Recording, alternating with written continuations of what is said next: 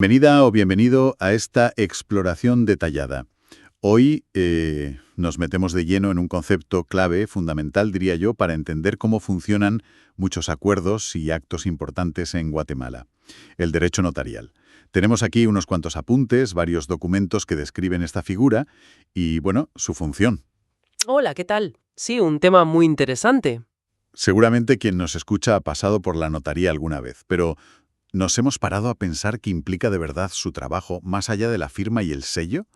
O eso que siempre oímos, la fe pública, ¿qué es exactamente? ¿Por qué es tan crucial? Bueno, pues hoy vamos a intentar desgranar todo esto. Eso es. La idea es entender bien qué hace el notario en Guatemala, cómo se organiza esta función, qué poder tiene con eso de la fe pública y, muy importante, qué responsabilidades carga sobre sus hombros. ¿Empezamos a desentrañarlo? Perfecto. Es que es una figura, como decías, fundamental para la seguridad jurídica. Vamos a ver desde lo más básico, ¿eh? ¿Qué es la función notarial como tal, hasta cómo encaja en el panorama internacional y, claro, las consecuencias de su actuación? Es un viaje, diría, al corazón de la certeza en los actos y contratos. Genial. Pues venga, empecemos por el principio. Los documentos definen la función notarial, así entre comillas, como el quehacer del notario. Suena un poco, un poco general al principio, ¿no? Sí, puede parecer amplio, pero la verdad es que se concreta en tres grandes tareas que definen su labor. A ver, primero, y quizá lo más conocido, es darle forma legal a lo que quieren las personas. O sea, traducir lo que las partes quieren acordar, pues una compraventa, un testamento, montar una sociedad, a un lenguaje jurídico preciso, válido y plasmarlo en lo que llamamos instrumentos públicos. Entiendo. Como una especie de traductor experto entre la intención de la gente y lo que dice la ley. Y la segunda tarea. La segunda es hacer constar hechos. Hechos que el notario ve, que presencia directamente o que le constan de una forma, fehaciente. Y estos se recogen en las actas notariales. Imagínate, por ejemplo, certificar que una persona está viva en un momento concreto o el estado de un piso antes de empezar una obra. Son constataciones objetivas. Vale, dar forma a acuerdos y certificar hechos. Y la tercera pata. La tercera es su intervención en asuntos donde no hay lío, donde no hay conflicto, lo que se llama técnicamente jurisdicción voluntaria notarial. Aquí el notario tramita ciertos procedimientos que antes eran solo judiciales, como algunos divorcios, si hay mutuo acuerdo, rectificaciones de partidas de nacimiento, cosas así, siempre y cuando no haya oposición entre los interesados, claro. Agiliza mucho los trámites sin tener que ir a un juzgado si todos están de acuerdo. Traducir voluntades, constatar hechos e intervenir cuando no hay conflicto. Vale, ahora queda más claro ese qué hacer. ¿Y todo esto, con qué fin? Los textos que tenemos señalan tres propósitos clave. Así es. Y son cruciales para entender el valor de esta función. El primero es la seguridad. Que el documento sea firme, sólido, que sea difícil de tumbar, ¿sabes? El segundo es el valor. Que ese documento tenga plena eficacia jurídica, que produzca los efectos legales que se buscan. Y el tercero es la permanencia. Que sus efectos duren en el tiempo, que el acto o contrato tenga validez y reconocimiento a futuro. Vamos, en resumen, construir bases legales que sean seguras, eficaces y duraderas. Seguridad, valor y permanencia. Son metas importantes, desde luego. Ahora, una cuestión que siempre genera cierto debate: la naturaleza de esta figura. ¿Es el notario un funcionario más del Estado o es un profesional que va por libre?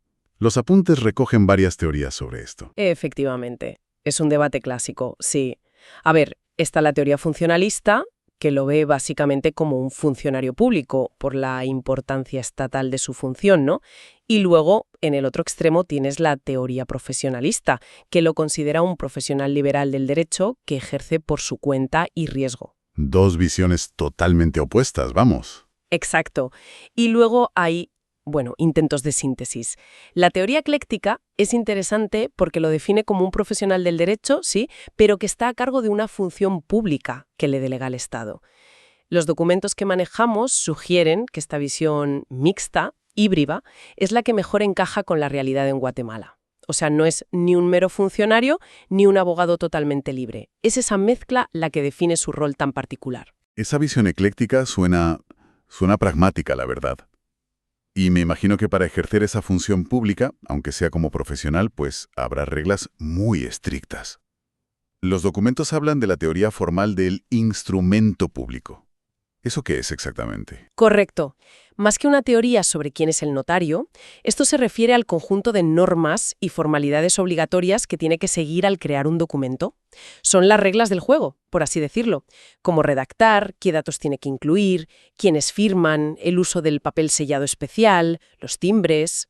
Cumplir estas formas es esencial para lograr esa seguridad, ese valor y esa permanencia de las que hablábamos antes.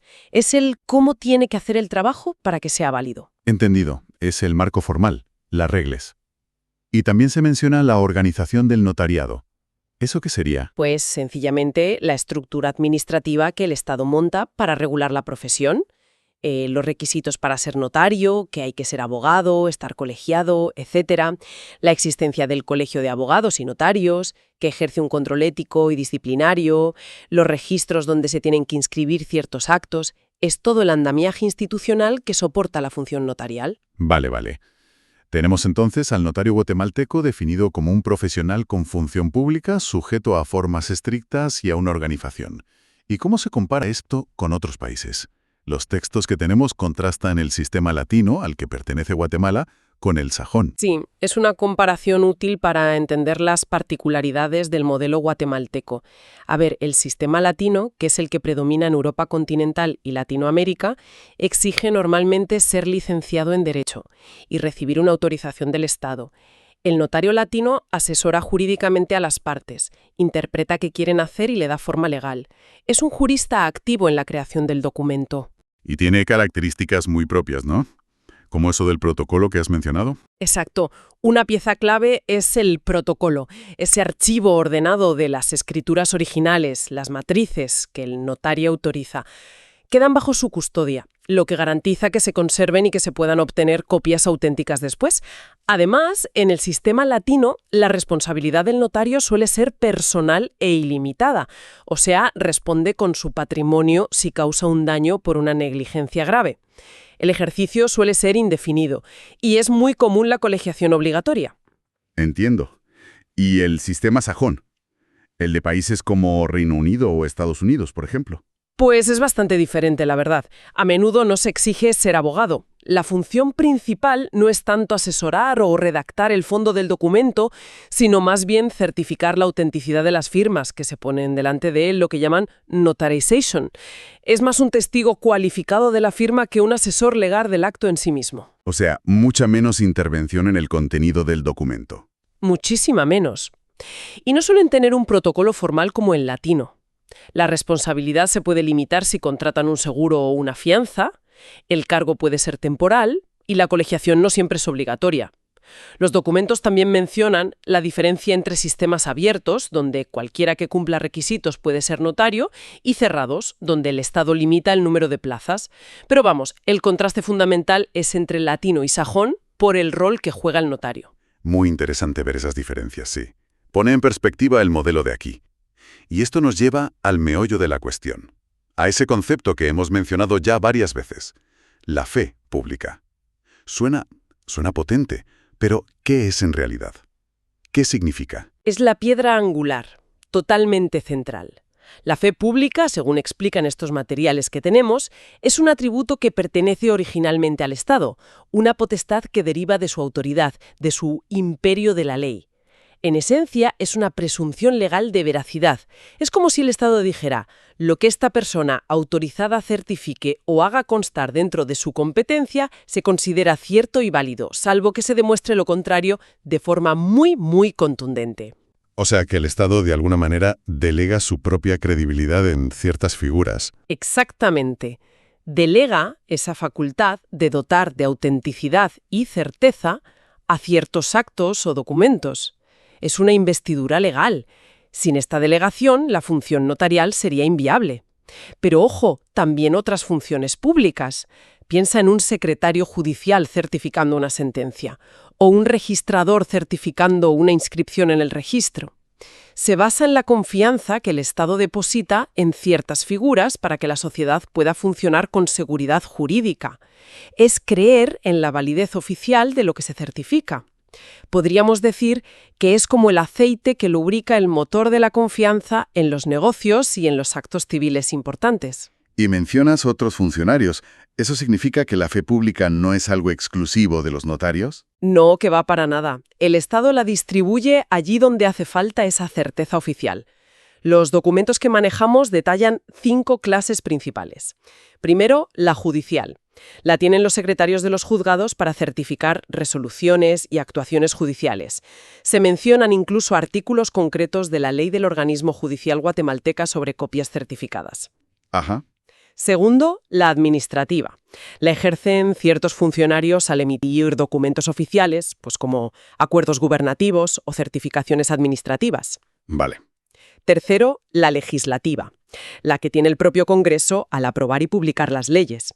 Esa publicación les da autenticidad y fuerza obligatoria, ¿no? Claro. Cuarto, la registral, la de los registradores de la propiedad, mercantil, etc., al certificar lo que consta en los libros que tienen a su cargo. Lo que certifican sobre lo inscrito se presume exacto. Entendido. Y quinto, la que nos ocupa hoy, la fe pública notarial. Vale, pues centrémonos en ese, la fe pública notarial. ¿Qué la distingue? ¿Cómo la describen los textos? ¿Qué le hace de especial? Pues mira, el artículo 1 del Código de Notariado de Guatemala es bastante claro. El notario tiene fe pública para hacer constar y autorizar actos y contratos. Nuestros apuntes resaltan varias características que la definen. Dicen que es única. Dentro de su ámbito, solo el notario la tiene. Personal.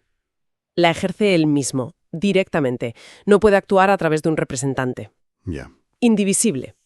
No puede usar solo una parte o ejercerla a medias. O todo o nada. Entiendo. Autónoma.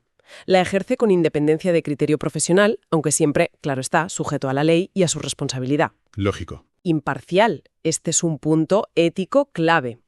El notario debe ser neutral, no puede favorecer a una parte sobre la otra. Tiene que velar por la legalidad y el equilibrio del acto para todos los que intervienan. Fundamental. Y muy importante, indelegable. No puede pasar su fe pública a otra persona. Es una cualidad que va unida a su habilitación como notario. Única, personal, indivisible, autónoma, imparcial e indelegable. Son atributos, muy potentes. Pero, claro, manejar ese poder de dar certeza legal tiene que tener contrapartidas serias, ¿no? ¿Qué pasa si el notario se equivoca o actúa mal? Hablemos de la responsabilidad. Es la otra cara de la moneda, claro, fundamental. Como se suele decir, un gran poder conlleva una gran responsabilidad, y aquí aplica totalmente. La responsabilidad, en general, es la obligación de reparar el daño que has causado por una actuación incorrecta, ya sea por incumplir un contrato o por simple negligencia o culpa. ¿Y en qué tipos de responsabilidad puede incurrir un notario en Guatemala según estos documentos que estamos viendo? Pues identifican 4 ámbitos principales. Primero, la responsabilidad civil. Esta surge cuando su actuación causa un daño económico a las partes o a terceros. Por ejemplo, si por un error grave en una escritura de compraventa, pues el comprador pierde la propiedad o sufre un perjuicio que se puede valorar en dinero. Un detalle importante que se menciona relacionado con el artículo 35 del Código de Notariado es que para exigirle esta responsabilidad si un instrumento se declara nulo, es requisito legal que el notario haya sido citado y oído en el juicio donde se declaró esa nulidad. O sea, tiene derecho a defenderse sobre por qué el documento fue anulado. ¿Tiene sentido que pueda dar su versión? Claro. ¿Qué más tipos hay? Segundo, la responsabilidad penal. Esta es más seria, obviamente. Se da si el notario comete un delito que esté tipificado en el Código Penal en el ejercicio de sus funciones. Los materiales ponen como ejemplo la falsedad ideológica, hacer constar en un documento público hechos o declaraciones falsas como si fueran ciertas. Es un delito contra la fe pública, precisamente. Ahí ya hablamos de intención de engañar, de delinquir. Exacto. Luego está la responsabilidad administrativa. Esta se refiere al incumplimiento de deberes u obligaciones que imponen otras leyes, que no son ni penales ni civiles directamente, pero que están relacionadas con su función. Por ejemplo, no enviar los avisos obligatorios a los registros públicos después de autorizar una escritura, no pagar los impuestos que corresponden a los actos que documenta o incumplir normativas fiscales relacionadas. Son faltas a deberes administrativos específicos de su función. Vale, incumplimientos de trámites o deberes más formales, digamos. Y la última. La responsabilidad disciplinaria. Esta se relaciona directamente con la ética profesional. Se incurre en ella por faltas al código deontológico del Colegio de Abogados y Notarios o por actos que dañen el prestigio de la profesión. Por ejemplo, actuar con una parcialidad manifiesta, cobrar honorarios abusivos o incumplir normas internas del colegio. Las sanciones aquí suelen ser impuestas por el propio colegio profesional. Entendido. Civil por daños económicos, penal por delitos, administrativa por incumplir deberes formales y disciplinaria por faltas éticas o al prestigio profesional. Es un abanico bastante amplio de control, la verdad. Entonces, recapitulando un poco todo esto que hemos hablado, la figura del notario en Guatemala va mucho más allá de ser un simple ponesellos, como decíamos al principio. Es un profesional del derecho, sí, pero tiene una investidura muy potente del Estado, la fe pública notarial. Efectivamente. Esa fe pública, que hemos visto que es personal indelegable y que exige imparcialidad, es lo que da esa presunción de veracidad, esa seguridad y esa permanencia a los actos jurídicos clave. Y como acabamos de ver, este poder no sale gratis. Viene acompañado de una responsabilidad muy seria en distintos frentes. Es una pieza fundamental en el engranaje legal y social guatemalteco, no cabe duda. Totalmente de acuerdo. El notario actúa como un filtro de legalidad y un generador de certeza en momentos cruciales para las personas y para las empresas. Su labor, si está bien hecha, previene conflictos futuros y aporta muchísima seguridad al tráfico jurídico. Para quien opera o vive en Guatemala, entender bien esta figura, sus capacidades y también sus límites, es clave para moverse por el sistema legal con confianza. Sin duda. Y si me permites, para cerrar con una reflexión que se deriva de todo esto, hemos visto la importancia de la forma escrita, de la intervención personal del notario, de esa fe pública, casi física, ¿no?, en el sistema guatemalteco, que es heredero del modelo latino. Ante esto, surge una pregunta inevitable hoy en día, con todo lo digital. ¿Cómo van a encajar o cómo van a desafiar las nuevas tecnologías? Piensa en la firma electrónica avanzada, el blockchain, los contratos inteligentes, esta estructura tan tradicional.